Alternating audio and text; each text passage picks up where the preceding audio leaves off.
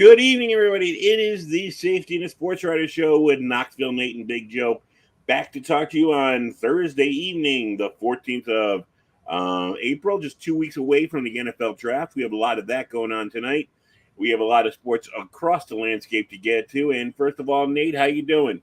I'm doing good, sir. Good to see you. Good to see you. A lot of things going on in sports. I mean, I've been checking out the Mets this week. Kind of happy with this the start they're getting to, even though they're a little beat up. But I actually been watching a little baseball this week, which was fun. But it is NBA basketball playoff time, hockey playoff time, spring football time, and of course draft time. So we got that to get to, which is more important. Let's get right into it. One thing I wanted to bring up, you said you heard a lot of it down there, of course, where he's a king. Nick Saban speaking out against the NIL. The things he says is nothing that hasn't been said by everybody.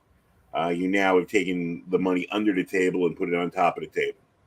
And we all knew it was coming. Anybody who said it wasn't going to happen was foolish. It's just going to have to see how extreme it gets. And, when you're offering these kids, these 17-year-old kids, as we were talking about Ben Simmons before we came on the air, how 1 year in college, it's hard to judge a basketball player how good he is.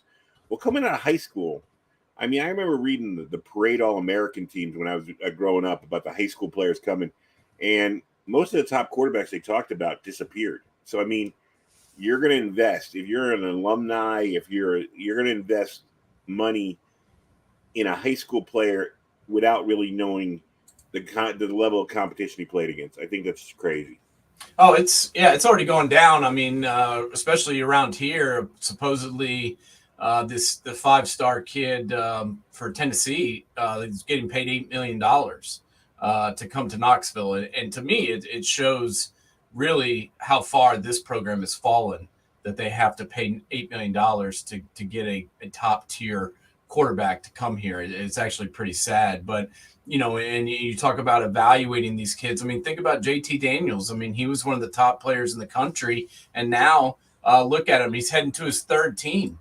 Right. And we saw this coming the past few years with the waiver system and kids transferring if they don't get to play, or if they don't like the coach, or if the coach leaves. Well, now there's no restrictions. And so the transferring is just going to become more prevalent. And, JT Daniels is now on his third team.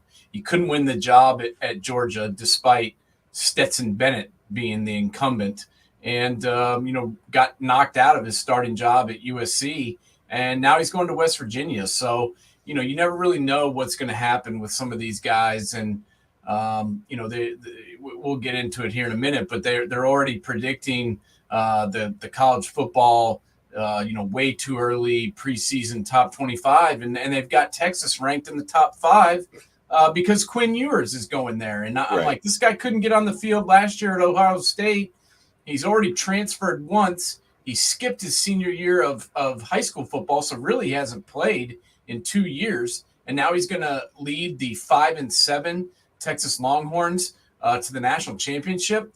I mean, every year I hear, I know Michigan gets pumped up. I know that your boys at Notre Dame sometimes are inflated, but Texas has to be the annual most highly inflated team every single year. I mean, we heard last year Sarkisian has got the 2 quarterbacks to choose from. He's going to put in his offensive system, and they're going to be back. And then Charlie Strong was supposed to do it. And, it doesn't really matter. Tom Herman was supposed to do it. Every coach, they've had 5 coaches in the last, 9 years, and none of them have been able to even win the conference, much less get to the college football playoffs. So how about we let these guys actually beat Kansas before we start making them a top 5 team? Yeah, I mean, they haven't done anything to the background of Vince Young. Yeah, it's been a long time. It is. And, the other thing that came to mind when you were talking is this kid in Tennessee, he gets the $8 million up front? No. Okay. No, he gets like $350,000 up front, and then he's basically paid out for everything that he does. So if he gets on the field and he's the starter, he gets money. If he stays at the school for a certain period of time, he gets more money. So it's paid out in increments, essentially. But if he transfers, he loses the money. Correct. I believe so in this particular deal. But, it's hard to tell because they really don't have to tell you the details of these deals. But the kid's only a high school junior. So he's got another. I mean, he could blow his knee out in the in his senior season in high school. But reportedly, the deal is worth up to $8 million. He gets paid $350,000 immediately, and then he receives monthly payments, which increased to almost around $2 million a year once he's on campus. So, I don't know. It's pretty crazy to me, but this could have all been solved a long time ago if the NCAA just wouldn't have fought this so much.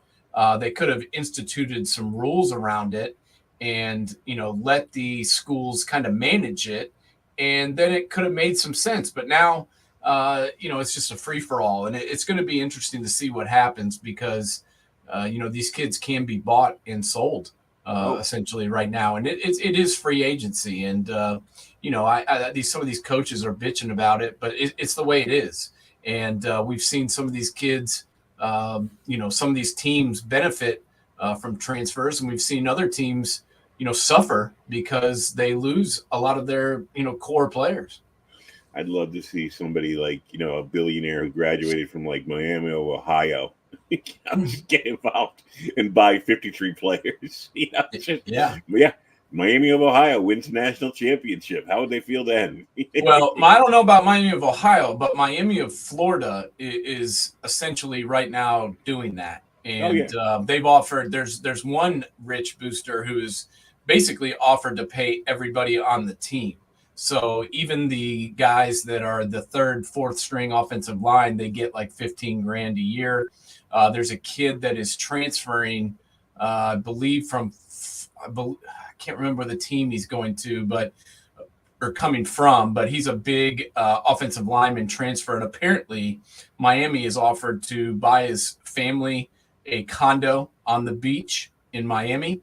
They've offered to pay him over $1 million, and they've offered to pay for the move. So, it's gonna keep getting that way, and it's gonna keep, these teams that are setting up these NIL programs like Texas, Ohio State has started to do it. These teams, need to get on board because these kids want money, and they're not going to come to your school unless you give them cash.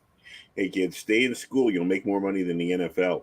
It's, what? It's true with some of these rookie wage things. If you're not a first or second round pick, you might as well stay and play in college because you may make more money there. We've always said it, kids, stay in school. Yeah. So let's get down to let's look at the top 25, and then we want to do a little basketball, and then we want to get into the draft. So top 25, let's see, give it. Let me take a look too at the same time you are, and start out with at the top. Where am I? Or we'll start at 25, I guess. Yeah, 25 is the Florida Gators, which I'm at a loss for words as to why the Gators are ranked 25th. I mean, let's be honest, the wheels fell off of the wagon last year in Florida.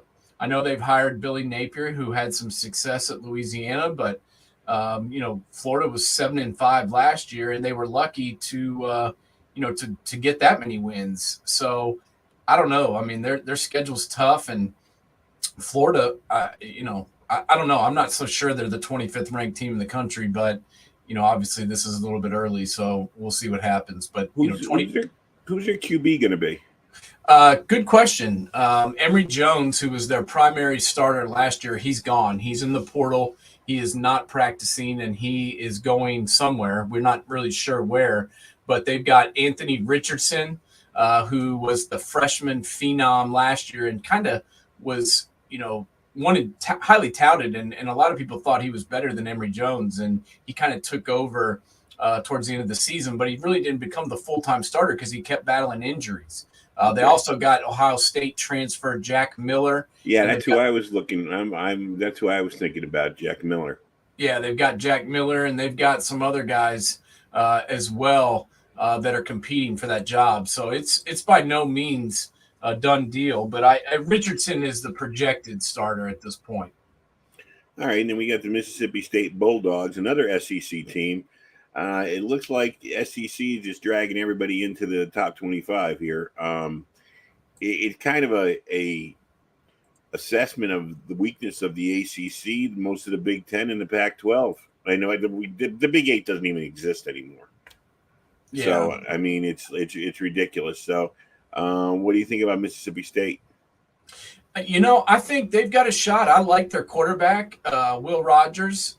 He played pretty well in first season, but their schedule's tough. I mean, playing in the is brutal. Alabama, you got to play Ole Miss, you got to play Texas A&M.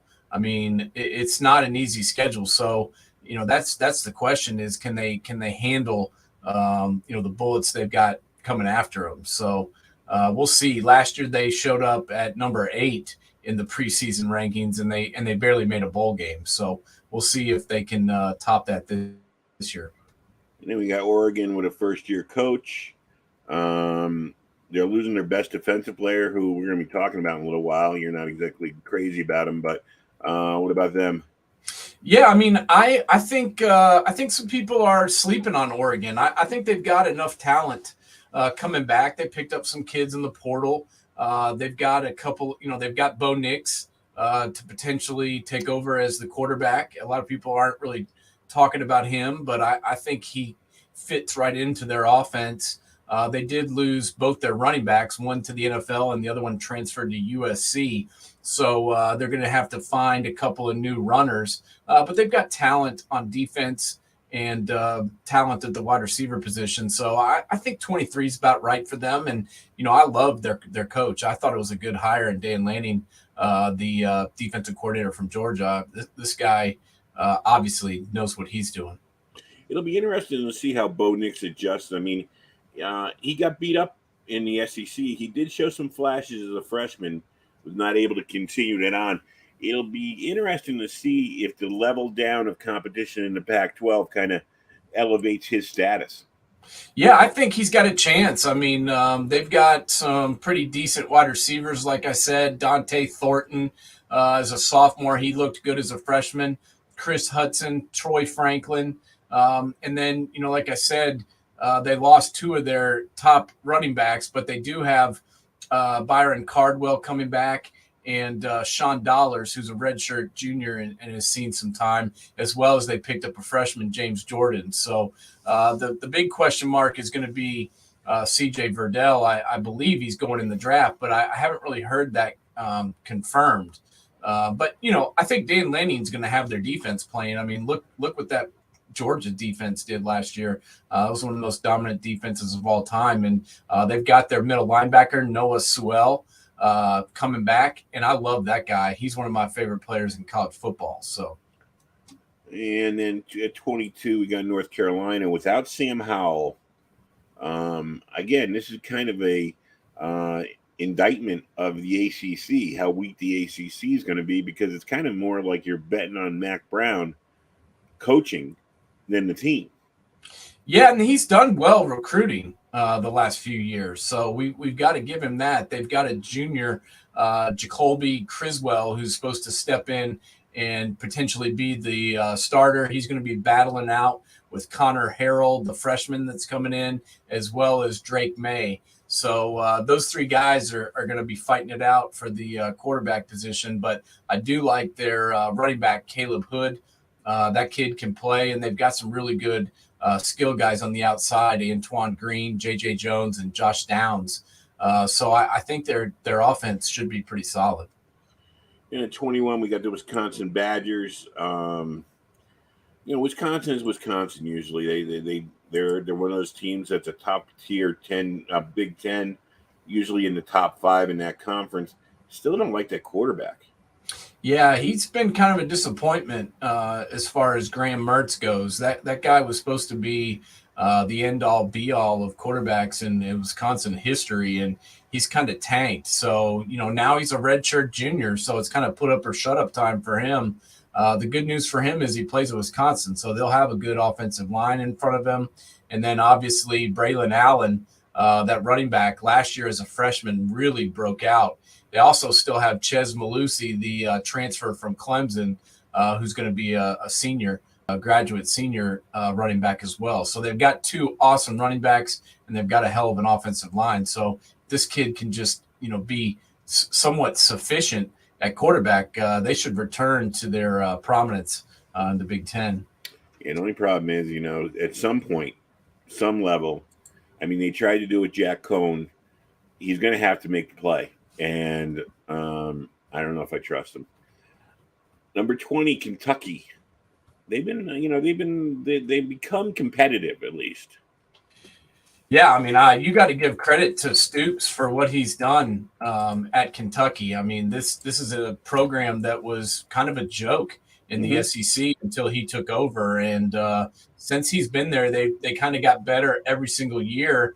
I know last year they were, they've started off 7-0 a couple times and then kind of fallen apart, but Will Levis has proven, the Penn State transfer, that he can get it done, and they've got redshirt senior Chris Rodriguez, one of my favorite players in the SEC, coming back. So, and a bomb-ass defense. So I kind of expect Kentucky to potentially be hopefully higher than this. And I think they can contend and potentially win the East. And I know people may think I'm crazy, but I'm dead serious. I think Kentucky's got as good a chance as anybody to win the SEC East. Be nice to see. The Baylor Bears coming off a surprise year. The Sugar Bowl victory, and again, we talked about how weak that conference is, and Oklahoma and Texas are we're going to talk about Texas them in a little while, so we'll get back to them. So, what do you think about Baylor? Yeah, I like Baylor. I mean, I love that coach, Dave Aranda. I thought he was going to bolt and go somewhere else, and he didn't. He stayed put. I love the quarterback, Bohannon. He really, really stepped up. They did lose two running backs, so they're going to have to replace those guys. Abram Smith obviously was their workhorse, and they lost some pieces on defense too. But he was able to go out in the portal last year and really get some guys. And schools like this that can really benefit, schools like Baylor that may not get all those big name players up front, but they can go out and get some of these transfer guys because they have scholarships available.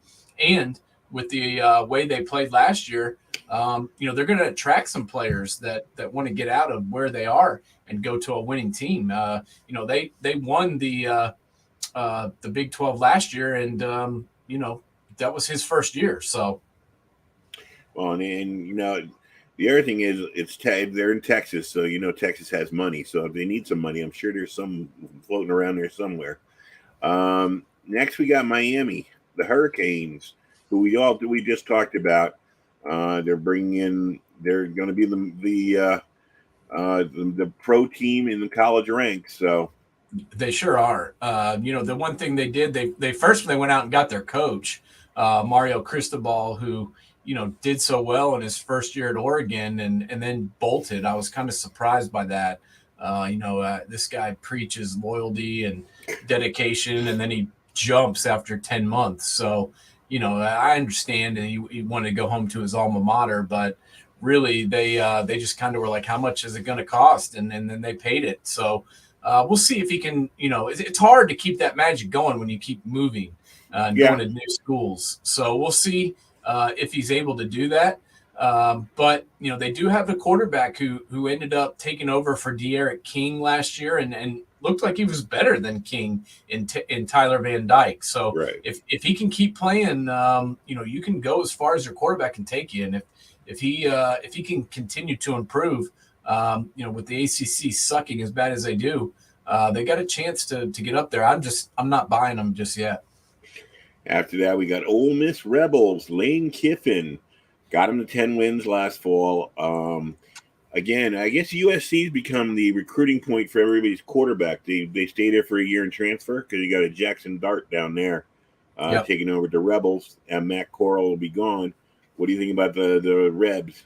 Yeah, it's kind of funny. JT Daniels going to West Virginia. Obviously, Pittsburgh got the other USC quarterbacks. Now the backyard brawl is going to be two USC quarterbacks. Slovis and him banging on each other. And then you got the third quarterback, Jackson Dart, down in Ole Miss. So I think if anybody can get anything out of Dart, it's Lane Kiffin. He proved last year that his offense works. They are going to be replacing their starting running back. They're going to be replacing their starting tight end and their best wide receiver. So, they've got some work to do, but they've got Jalen Knox coming back. They picked up the Michael Trigg, the tight end from USC. He came with Jackson Dart. So I expect, Ole Miss to continue their upward trend. Their biggest improvement, in my opinion, was on defense last year. I mean, the year before they were great on offense, but they were horrible on defense. And last year they really took a step forward. So I expect them to be in contention for the West. Yeah, the one thing about the SEC is you got to play some defense. You look at the top teams, Georgia and Alabama, they always play defense. LSU, the year they won, they played defense. You got to be able to stop some people. Yep. Michigan State, they won 11 games last season. I mean, they always seem to be there, but their football team kind of mirrors their basketball team. After you see their record, you go, why? It's like, where was the talent? Yeah, I mean, their talent was at the running back position, and he's gone. So, that was really where I thought they excelled last year was Kenneth Walker. He was dominant after transferring in from Wake Forest. He just took over the league by storm, and Peyton Thorne didn't really have to do a whole lot at the quarterback position besides hand it off. And this year he's going to have to do that. Jalen Naylor is going into the NFL draft. Kenneth Walker's gone. He's going into the NFL draft. Connor Hayward, who they relied on a lot as kind of their Swiss Army knife, he's gone. So they've got a lot of pieces to replace. And, I'm not so sure that Mel Tucker can recreate the magic and win 11 games in year two. I think it's going to be very hard for him to do that, as he's not going to sneak up on anybody this year. Next, we got Utah with one of my favorite names of a quarterback, Cameron Rising. Yep. 9 games of last year. Utah, since Urban Meyer left, they have become kind of a consistent football program.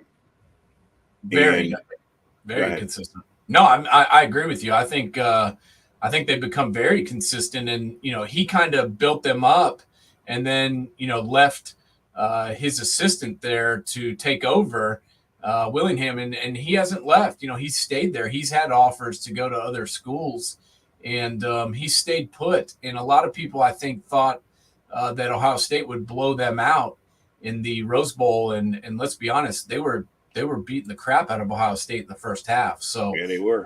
Kyle Whittingham is a great coach, and having that quarterback back is going to help. Obviously, they're losing some pieces on defense. Devin Lloyd, their do everything linebacker, he's gone, and they're losing one of their running backs. But they do have Tavion Thomas coming back, and some of their wide receivers are returning too. Solomon Enos and Money Parks, my favorite name in the college football. So, I think this team has a really good chance of winning the Pac-12. I really do. If I had to pick a team right now, I would take Utah. And now we got at 14, Texas A&M, the Aggies, Jimbo Fisher. Everybody's saying this should be his year in this scouting report, looking at it, and it should be his year. He's got to be his year, I would think, at this point. Yeah, I mean, they've got the talent. They had the talent last year. They were one of the best defenses in the league, if not the best defense in the league. I mean, that defensive line, they're going to have at least 3 guys, potentially 4 guys, go on day one. Or in the first 2 rounds. So it was kind of an underachievement, and they won 8 games, but they kind of underachieved by winning 8 games. Now they've got Max Johnson, who transferred from LSU. They've got Haynes King, the redshirt sophomore. So, they also, when they got Johnson, they got his brother, Jake Johnson, who was one of the top tight end recruits in the country. So it was kind of a package deal. and they got just as many 5-star players as anybody. They had the number one recruiting class in the country. They got Walter Nolan, who by some people was ranked the number one defensive lineman in the country. Shamar Stewart, who is one of the top defensive ends, the edge players in the country. So this team is stacked with talent. Just going to be, how fast can these young guys get their feet underneath them? Because Michael Clemens is gone. DeMarvin Leal is gone. Tyree Johnson is gone. All three of those guys, all four of those guys, if you count Peavy, are going to get drafted. So they got to replace all four starting off defensive line. And next we got Oklahoma State Cowboys, the mullet in his Cowboys. Rated very high this year for them. I'm not usually a Gundy fan. What do you think about this Cowboy team coming back? It'll be interesting to see what that defense looks like without Jim Knowles. I mean, Ohio State stole him away after the amazing job that he's done the past 3 or 4 years. I mean, that we've always thought, when you thought of, at least in my opinion, when you thought of Oklahoma State, you thought of their offense. Well, last year it really wasn't their offense. It was their defense. Their 4-2-5 defensive scheme really caused problems for every team they played, in that conference. And it'll be interesting to see whether or not the defense stays the same, stays as good. I think they will, because they hired Derek Mason away from Auburn. And they have their coach who's, one of the longest tenured coaches in college football. So they won 12 games last year, and I expect them to be good this year too. I think they're deserving of their preseason ranking, as they've got their quarterback coming back, Spencer Sanders, and they've got some receivers coming back as well. I think this team will be good. And then we got the Nittany Lions. Will Happy Valley be happy? James Franklin just signed a big contract. I mean, they are Penn State, but how much did they lose from last year's team? They lost Jahan Dotson, their best wide receiver, but everybody else is pretty much coming back. The question is, can they get a running game going? That was their big issue last year, is they couldn't run the football. And, their passing game wasn't that great either, but they did have Dotson, and they had a senior in Sean Clifford playing quarterback. Well, Clifford is back, but they also got one of the top 5 quarterbacks in the country in Drew Allar. So how long does Clifford hold off Drew Allar at the quarterback position? And, if he doesn't play well, I think James Franklin will move off him and put the freshman in there, because they've got to get something done on offense. This team's always good on defense, and, should be good on defense again. But they've got to be better on offense if they want to compete with Ohio State and Michigan State and Michigan and all the other teams in the Big Ten. That'll be good. Yeah, I think I would move off Clifford quickly. You've seen the best he can do. I mean, I agree. It's why waste time? Like you said, let your defense carry you against teams like Northwestern, things like that. Are you going to get hurt in the Ohio State game? Yeah, but I don't think Clifford would be a big difference maker in Ohio against Ohio State. So why not give the young guy a chance at it? Well, and what are you going to do? What you've got in Clifford, and this Drew Allar kid. You talked him into coming to your school. If you leave him sitting over there standing on the sideline, hell, he might transfer in the middle of the season. True. So put him out there and see what he can do, and let him learn on the fly. I mean, we've seen it. We've seen it the last couple of years. Some of these freshmen can get going pretty quickly, and I from what I've seen from him, I think he's definitely a step up talent-wise from Clifford. And then we got Brian Kelly down there in the land of Baton Rouge, land of Cajun cooking, trying to get the Tigers back on top of the SEC. He's worked magic wherever he's gone.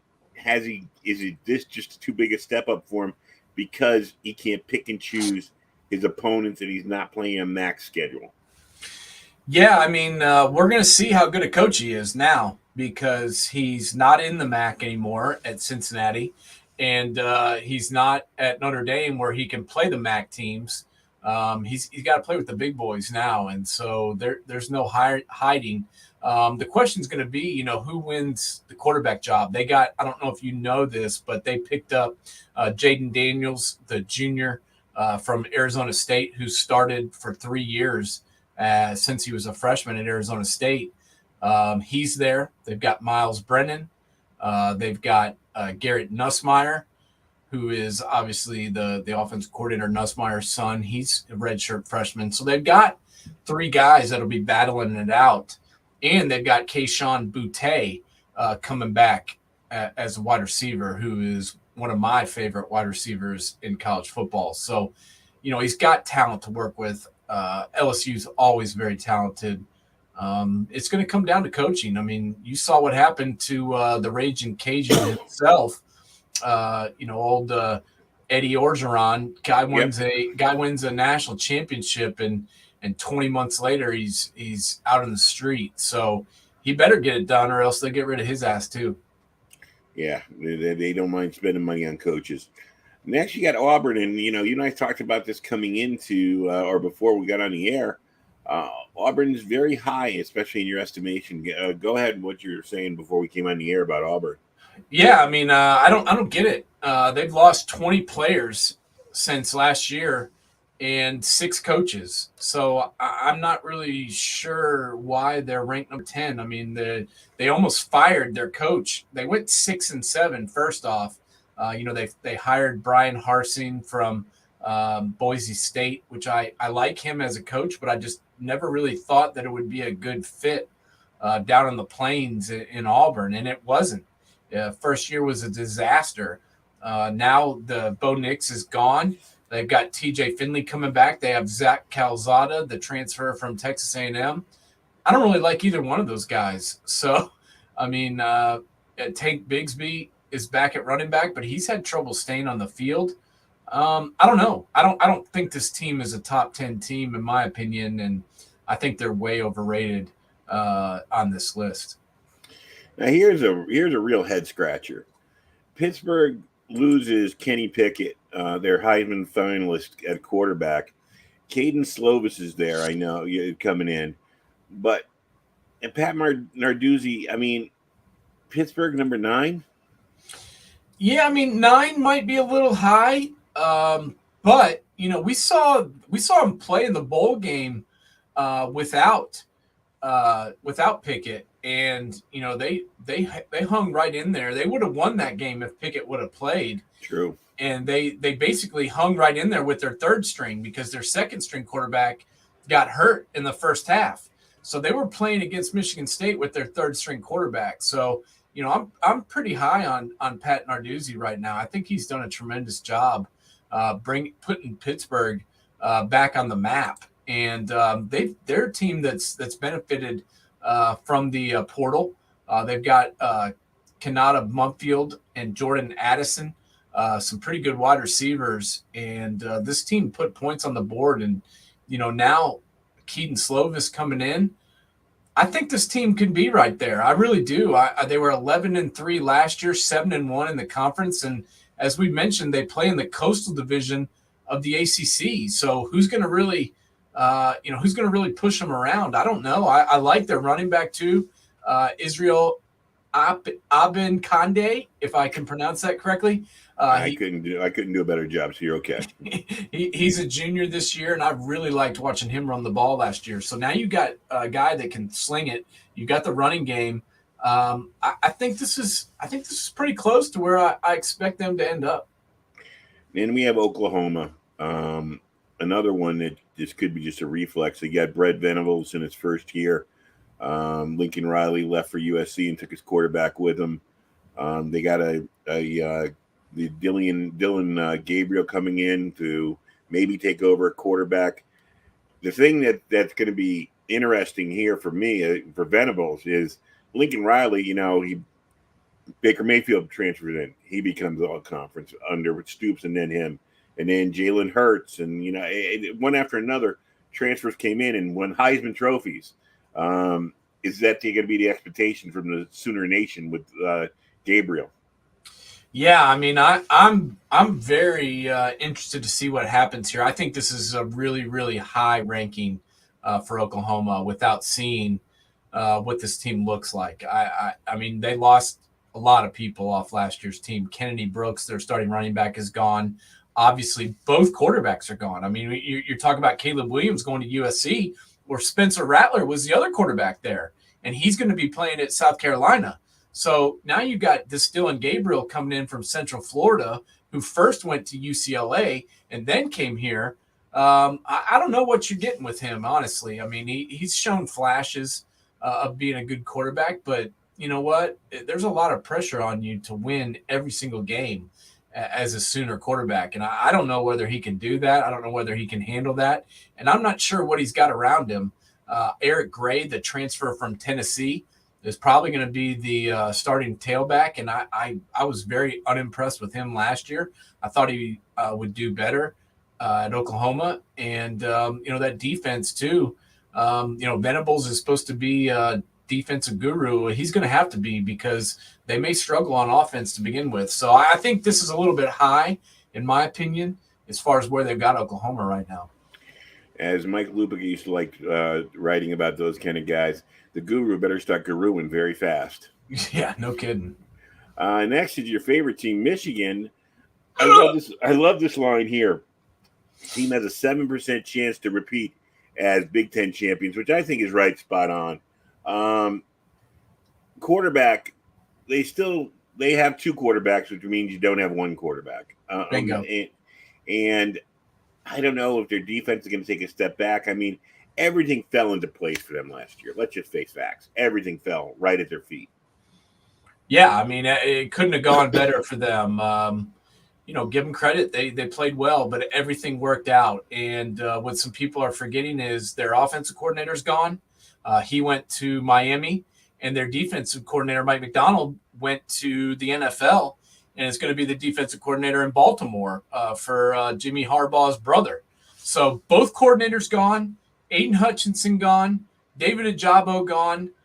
Their running back, Hassan Haskins, gone. I don't know. I'm not seeing it. I think this is a way, way high spot to put Michigan. Now, I do like their wide receiver, Ronnie Bell, coming back from injury. I was impressed with Andrell Anthony, the freshman last year. So I like those two guys, but I don't like Cade McNamara, and I don't like the two quarterback system. Pick the one that you think is the best and leave him on the damn field. I don't understand this third down, putting the other guy in, or getting in the red zone and putting J.J. McCarthy in. If you think J.J. McCarthy's better, then leave him on the field the whole time. I kind of like it because I hate Michigan. I want them to lose every game. But if I wanted them to win, I would want them to pick a guy and go with him. And then we got Steve Sarkisian down in Austin, Texas for the Texas Longhorns, who I tell you, if there's a fan base that's hungry to get back on track, even though no matter what they seem to do, they can never get bad enough to be forgotten about. Sarkisian, you got Quinn Ewers there, as we talked about before coming on here. Take it apart. I mean, number 6. Yeah, I think it's really high for a team that lost to Kansas last year and went 5-7. I mean, Sarkisian got ran out of town at USC and almost drank himself to death trying to win games out there. So how's he going to handle this pressure? I don't know. Can Quinn Ewers even beat out Hudson Card? Supposedly they're locked. One over the other. Now, they do have a really good running back in Bijan Robinson. I love that guy. He's nasty. They had a really good recruiting class. I mean, they bought a lot of guys. Let's just be honest. They purchased Terrence Brooks, who'd been signed and committed to Ohio State for over a year and a half. They bought him on signing day and amongst a bunch of other guys. So they've got talent, but, they've had talent for years and they haven't been able to win. So I'm kind of a believe it when I see it kind of guy with the Longhorns. And then we got the Fighting Irish in Notre Dame. I want to see Freeman do well. I do. I don't know about their quarterback situation. It's hard to say with Notre Dame what they get good recruits, but not the great recruits anymore. I still do never understand how they can't get a number 1 5-star quarterback to go there. What are you talking about? They got Ron Paulus III. I mean, just they never get him. They never get the guy. You would think somewhere. I mean, I don't know. Phil Jerkovic hasn't been bad at Boston College, but he couldn't work out at Notre Dame. I think that's Brian Kelly effect. But who's going to be their quarterback? I don't know. It's going to be – this is one of the spring battles to watch. They got Drew Pine. They got Ron Paulus III. They got Tyler Buckner. I don't know. I don't know who's going to win that job. And then they got to replace Kyron Williams, who's been a workhorse at running back. So I don't know. We'll have to see. I'm kind of not as sold on the Irish as these guys are, but we'll see how good they are really quickly because the Irish are going to be playing Ohio State in week 1 in the shoe. So they better be this good because they're going to have their hands full with the Buckeyes. Well, the Irish, with the fact they play their schedule the way they want to play their schedule, should get 7 automatic wins just because they can pick and choose their opponents. It's those other 4 they always have to find. Yeah. Or 5. And I don't know if they've got the team. I wish that coach well because I want him to stay. I want him to do well. Number 4, Clemson Tigers. Dabo, I mean, he built this up to such a level that last year's looked at as a disappointment. Yeah, and they won 10 games. So, everybody's yelling about what a horrible season they had, and they won 10 games. The question is, can DJ Uiagalelei get better? Because he played well as a freshman in spot duty when Trevor Lawrence was banged up. He looked the part of a 5-star, but last year, for whatever reason, that offense sputtered at times, and it was really started at the quarterback position. So, I think he'll start off as the quarterback, but if he doesn't, play better, they've got a freshman in Cade Klubnik who, was one of the top quarterbacks in the country coming in. And I think, we've seen it before with Kelly Bryant when he was, they were 8-0. And he pulled Kelly Bryant right off the field and put Trevor Lawrence in there. So if DJ Uiagalelei can't show immediate improvement, I think Cade Klubnik will be on the field sooner than later. And they've got everybody back on defense. I mean, that's what people are not talking about is this team's got everybody coming back on defense. And that's pretty amazing because their defense was good last year. And they've got Miles Murphy back, who's a 3-year starter, Brian Breesy back, 3-year starter, Xavier Thomas back, a 4-year starter, Jeremiah Trotter's son, Jeremiah Trotter Jr., starting at the middle linebacker. This team should be good on defense and playing in the conference they play in. They should have a good shot to be back to where they were before. And then we got the defending national champions, the Georgia Bulldogs. Will they have the hangover after finally tearing that monkey off their back against Alabama? Stetson comes back at quarterback, but is that a real good thing? I don't know. I mean, I didn't think it was a good thing, but the guy proved me wrong and played pretty well. My question is, Trayvon Walker, gone. Jordan Davis, gone. Devontae Wyatt, gone. Adam Anderson, gone. Nakobe Dean, gone. Quay Walker, gone. Channing Tindall, gone. Lewis Sin, gone. Darian Kendrick, gone. That's almost their entire defense. So I don't know. They lost their defensive coordinator. They lost that entire defense. I know they're still talented. They've got Jalen Carter back, who's a good player, and Robert Beal, who flashed at times. They obviously still have a lot of talented players, but it's going to be hard to repeat what they did last year, and it's going to be very hard for that defense to be as good as they were last year. And I know, another thing outside of Alabama, I mean, I think Big Nine teams, I mean, you saw it happen at LSU. The championship hangover. Yeah. We won it. They don't expect to win every year. So if they win, once they win one, that next year, I think getting those kids back and hungry and everything again is kind of hard to ramp them up. Number 2, Ohio State, the Buckeyes. This team has a lot of pressure on it because you got C.J. Stroud. You got a team that lost to Michigan. So they got to, and I think they should be able to take the Michigan down. But the thing that you were yelling about all last year was their defense, and getting Knowles in there to coach it should fix that problem. So really, it kind of takes all the excuses away from why we should be looking at an Alabama-Ohio State national championship game.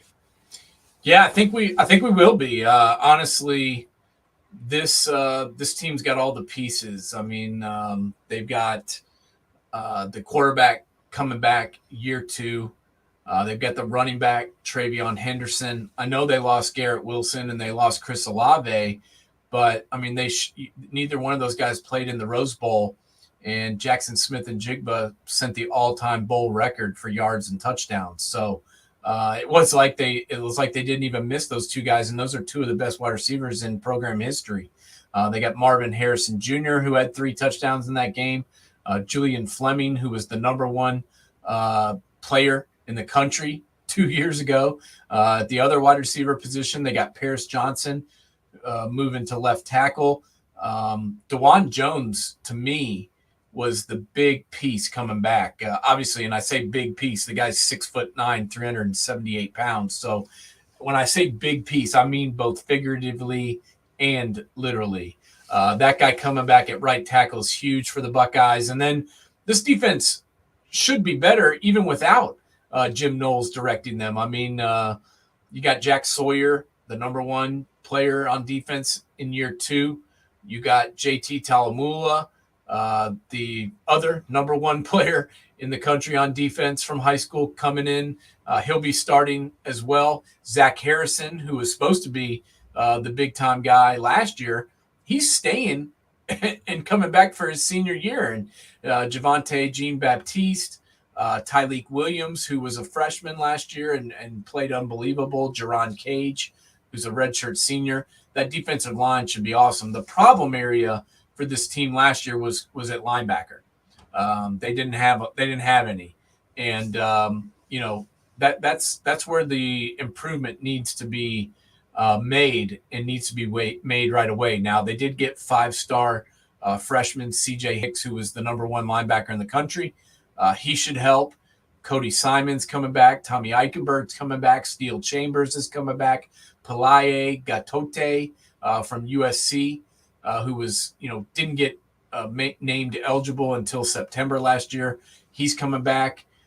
This team's loaded. So, yeah, they've got a lot of pressure to win every game, but hell, this team has pressure to win every game every year. And now all those guys that were freshmen last year have a year under their belt. So I expect this team to be looking pretty good, and we'll see them on Saturday in the spring game. Last but never least, the Tide. I mean, I'm ready to say it. Nick Saban's the greatest football coach of all time. I mean, I grew up at a time when you had Bear Bryant there, but you also had Joe Paterno at Penn State, and you could also make an argument for Ara Parseghian. And I lived through the Barry Switzer eras, and I lived through the Jimmy Johnson eras, but never has one coach had such a hold on the nation like this guy does. I mean, he's the best coach. He's got Bryce Young coming back with a year of experience under his belt. Plus, they have depth at all their positions. It should be an Ohio State Bama championship game, and it should be a great one with those 2 quarterbacks and the depth on both sides. Yeah, it's ridiculous what he's done. It's really, it's like if they don't win the national championship, it's like a failed season, which is just amazing to even think about. I mean, they were in control. Let's be honest, they were in control of that national championship game until Jamison Williams tore his ACL. and that's just a fact.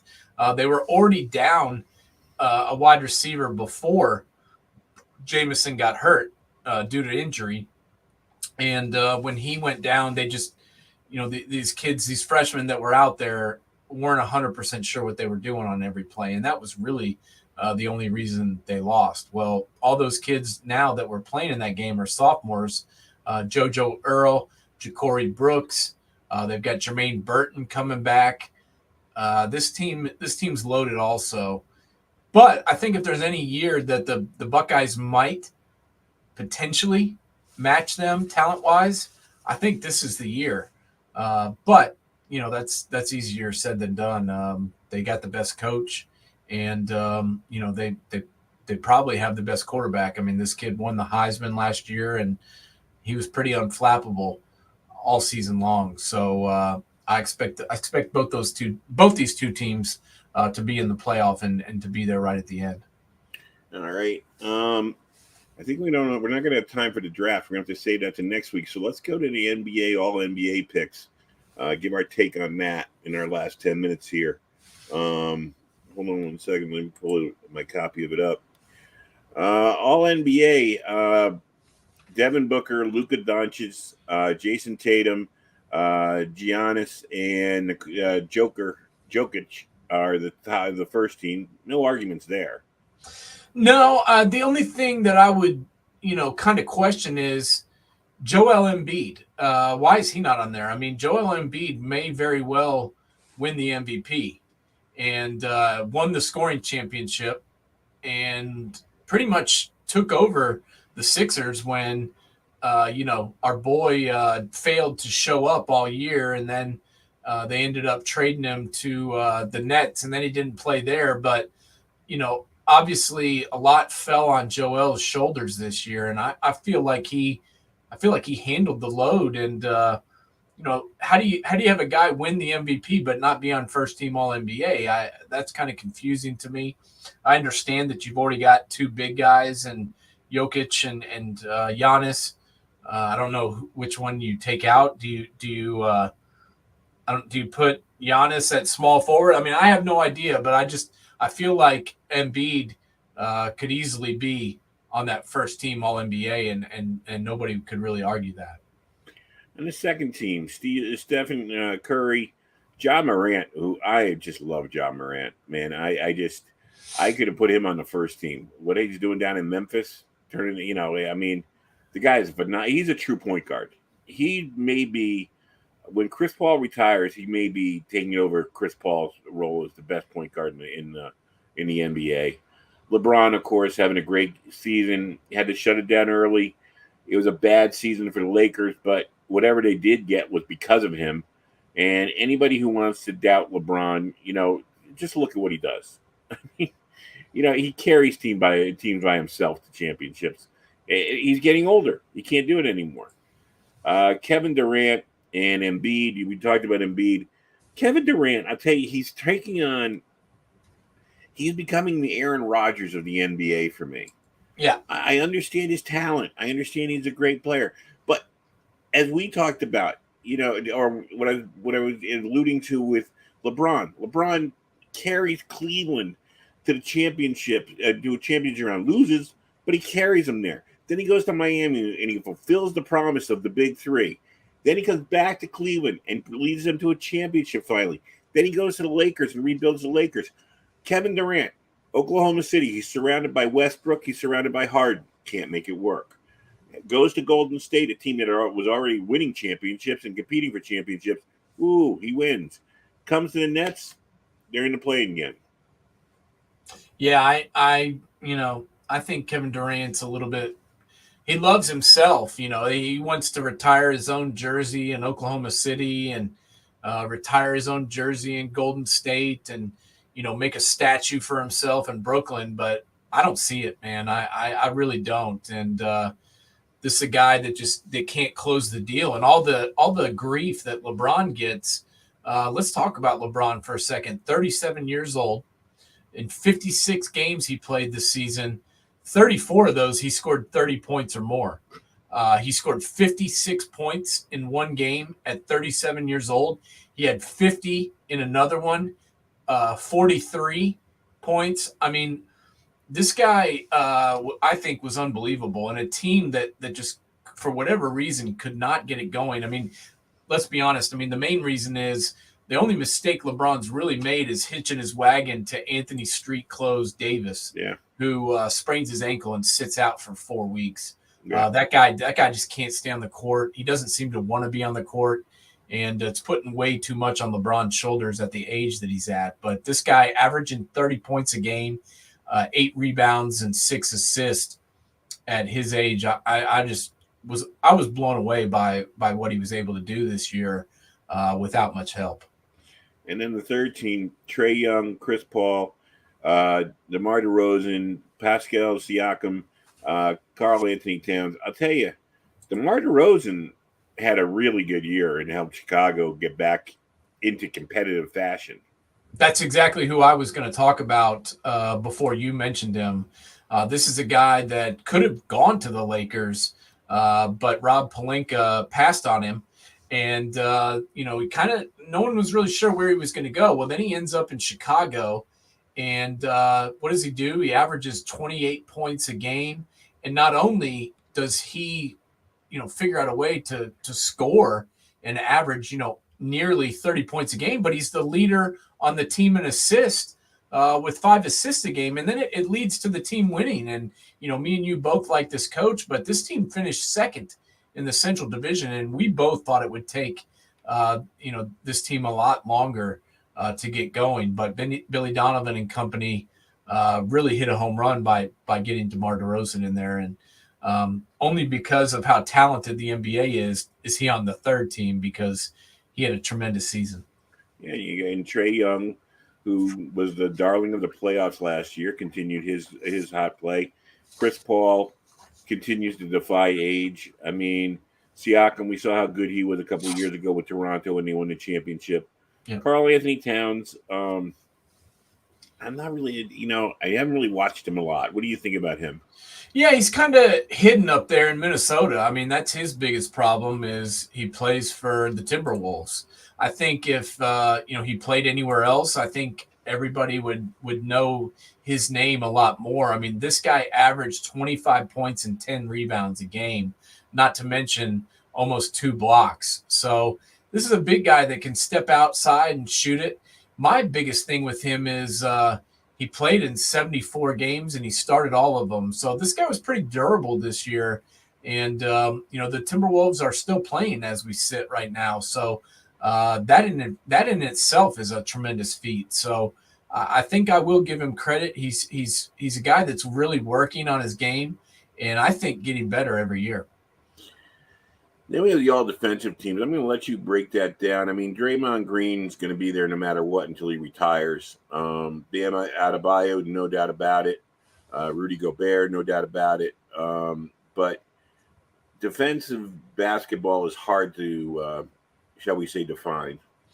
It is, but, I mean, I don't think anybody would argue that Giannis should be on there. Yeah. He's on the second team, but this guy – that's what I love about Giannis is he doesn't take, the defensive side of the ball off. I mean, he's a lot of times the number one option for Milwaukee on offense, but he does just as much damage on defense. I mean, this guy averages 1.4 blocks a game. He averages over a steal a game. He's always guarding the other team's best big guy, 30 points a game, 11.6 rebounds a game. I mean, Giannis should be in contention for the MVP as well. And I don't know if he'll win it, but he's having just about as good of a year as he did in the years that he did win it. The other guy that I would like to mention is Matisse the Bull from Philadelphia. This guy is not only a defensive machine, but he's getting better on offense. He's just very, very young. And that's why, it's going to take him a few years, but I can see this guy being a superstar. This was kind of the one holdup between the Ben Simmons and the James Harden trade is that the Nets really wanted this kid, and the 76ers didn't want to let him go. And I completely understand why. He led the 76ers in steals, and he was awesome. And he can block shots. He can defend the best player on the other team. This kid is going to be a superstar, in my opinion, in the next 3 or 4 years. That's like going to a car dealership and wanting a Cadillac and settling for a Yugo. Yeah, bingo. God. Yeah, I'll give you an all-star who's probably going to the Hall of Fame if you give me this good player back. But no, we'll take your damaged goods. Good. Yeah, no, they wanted Thibault, and they're like, no, we'll give you Seth Curry. And the Nets were like, wait, what? But, James Harden wanted out, so they had to kind of make it work, and they did. But I understood why Doc Rivers didn't want to let this guy go. And can we talk about Doc for just 1 second here? If you remember a couple of years ago, the Clippers couldn't run his ass out of town quick enough because they didn't win the title. And look at the Clippers. Now they're playing tonight to stay alive in the last round of the play-in game. So you know what? You get what you wish for. They wanted Doc gone, and he's gone, and they suck. So it's the hard. I'll tell you, coaching at every level gets harder and harder. Even in high school, even in little league, what parents put the kids, the people who are in high school and little league, and then as it gets more and more up, they pay so much for these players that they put the coach at a disadvantage. I mean, I don't even think Red Auerbach could coach today. I don't think Pat Riley could really get away with what he got away with the Knicks today. I think Chuck Daly would have trouble today. It's just, and the players, every time, what's the easier thing to do? Try and get rid of a $40 million a year contract or fire their coach making $10 million? Well, Frank Vogel got fired today from the Lakers, and he did win a championship. He won the championship 2 years ago. So now all of a sudden he sucks and can't coach. But 2 years ago they won the title with him, and he was pretty good when he was in Indianapolis. So it's. I mean, I'll tell you, I've always said it, and I'll say it again. If you're a good coach, go to a college, stay at the college. Yeah, because don't go to the NBA. No, because they're just going to run you out of town. Unless you're going to be totally subservient to the players, then they'll keep you around. But they're not going to. You're going to be their whipping boy, and you're going to be the guy that they kick out to the curb if they're not successful. Because cause these coaches make $5-6 million a year, and the players all make $40 million. So who are you going to get rid of? Not the player, but. Just lastly, I wanted to touch on this rookie team. Yeah, go ahead. Evan Mobley, unbelievable. Cleveland. Unbelievable. I mean, Cleveland, if not for the injuries, Cleveland might be, competing with Milwaukee for first place in the Central Division. I mean, this team was just hammered with injuries. I mean, Colin Sexton has been out with almost the entire season with a meniscus tear. Jared Allen has been out for weeks. I mean, this team has just been besieged by injuries. But before they got all these guys hurt, I mean, they were just destroying it. And I really think a lot of that had to do, obviously, with the rookie Evan Mobley. I mean, this guy really, really was amazing. I mean, Darius Garland, obviously, from Vanderbilt has stepped up and led this team, but he couldn't have done it without Mobley. I mean, 15 points and almost 10 rebounds a game from a kid that's 19 years old, almost 2 blocks a game. This guy is definitely in contention. I think Scotty Barnes and Evan Mobley are probably the 2 guys that are battling it out for Rookie of the Year. Well, I tell you, the 2 most surprising teams were Chicago and Cleveland this year. I agree. And both those coaches deserve Coach of the Year. I mean, if I talked to you in October and I said, Cleveland will make the play-in game and Chicago will be number 2 in this, you'd sit there and go, you're crazy. I would have possibly had you committed. Because I didn't think either one of those teams would have a chance of making the playoffs or, being over 500. And both of them are knocking on the playoffs door. And definitely overachieved. And just think of what Cleveland could have done had they had Colin Sexton and Jared Allen. I mean, their all-star center healthy for the whole year. I mean, if they weren't hit so hard with injuries, there's no telling what this team could have done. But they're definitely ahead of schedule, and I'm interested to see what this Cleveland team does next year, because they definitely overachieved for this season. Well, I hope their owner this time around learned his lessons from the LeBron James time he had LeBron James there, and made it so insufferable that the hometown hero left twice. Yeah. I hope he learns his lesson and figures out how to keep this team together, and maybe builds in Cleveland the kind of team that's been out in Golden State for now the last 10 years. Yeah, I hope so. But it's the same guy that owns the team. So, like I said, you got to learn his lesson. We're up against the end of it, but I want to talk to you because last Saturday morning you threw the monkey wrench of the weekend at me. Dwayne Haskins dying at 24.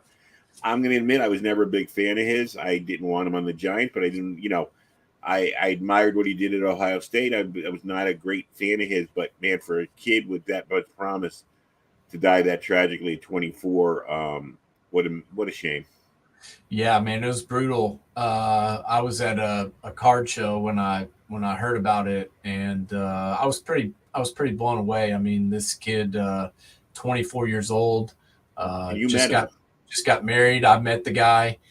Couldn't have been nicer, and couldn't have been more humble, considering he was one of the best players in college football. And what really I will always remember about Dwayne Haskins was up in Ann Arbor in the game, in the second half, late in the game. Ohio State is down. Their 4-year starting quarterback, JT Barrett, gets hurt, breaks his foot, has to leave the game. Dwayne Haskins steps in. Do you have the kid who's never started a game in his career hand it off? No.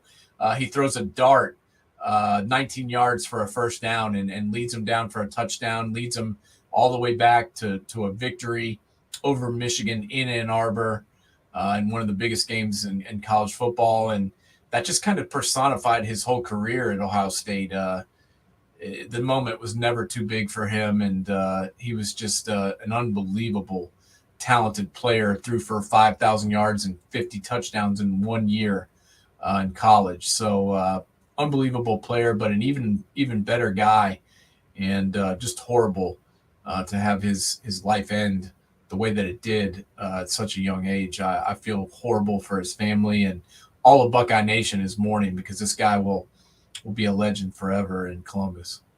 So what do we got going on man coverage this week? This week we are taking off for Easter. Oh yeah, Easter Sunday. So we're going to take Sunday off, but I encourage everybody to go and check out last Sunday's show, as we had Chris Booker from Ohio State on the program. This is a kid who went to the same high school as Ezekiel Elliott in St. Louis. He originally signed with Dayton to play football out of high school, which Dayton is not really a powerhouse, and kind of fell out of love with the game. Transferred to Ohio State just to go to school because his friends and his cousin went there, and started playing intramural ball. And by the 5th game, the coach was like, "You can't play on this team anymore." And Chris was like, "What do you mean?" And he's like, "Well, I've talked to Coach Day, and the Buckeyes want you to play in the horseshoe." So he, took a year. Rudy. It was kind of like Rudy, but except for Chris actually got to play and made a difference. He was the special teams player of the week 5 times for the Buckeyes, and now is trying to make his way into the NFL. So I encourage everybody to go and listen to Man Coverage and check out that interview with Chris Booker. All right. Well, we'll call it a night for the Safety and the Sportswriter. Everybody have a great Easter weekend. Enjoy your family. This is one of those times when the families get together. And we'll be back next week. And next week, we'll be breaking down the draft position by position, who we think are the top people at positions coming out, where we think they might end up. And Nate, have a great weekend with your family. I'll talk to you next week. All right, buddy. Sounds good. See you then. All right. Bye.